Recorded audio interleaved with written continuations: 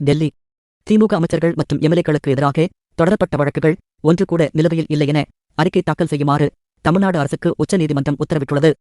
சென்னையைச் சேர்ந்த வழக்கறிஞர் கருப்பையா காந்தி என்பவர் உச்சநீதிமன்றத்தில் கடந்த 2023ஆம் ஆண்டு மனு ஒன்றை தாக்கல் செய்தார். அந்த மனுவில் தமிழ்நாட்டில் ஆளுங்கட்சியைச் சேர்ந்த அமைச்சர்கள், எம்எல்ஏக்கள் மற்றும் அரசியல்வாதிகளுக்கு எதிரான வழக்குகள் மீது விசாரணை நடத்த முதலில் அனுமதி வழங்கப்படுகிறது.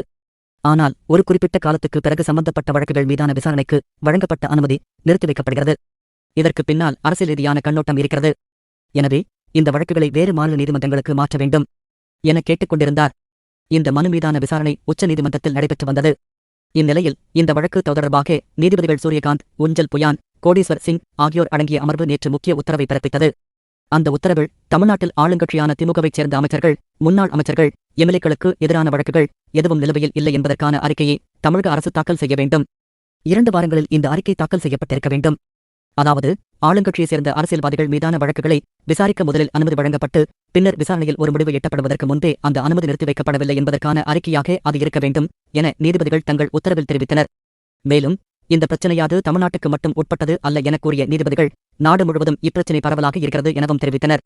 முன்னதாக இந்த வழக்கில் தமிழக அரசு சார்பில் ஆஜரான கூடுதல் அட்வொகேட் ஜெனரல் அமித் ஆனந்த் திவாரி ஊழல் கரைபடிந்த கைகளால் இந்த மனு தாக்கல் செய்யப்பட்டுள்ளதாக வாதிட்டார்.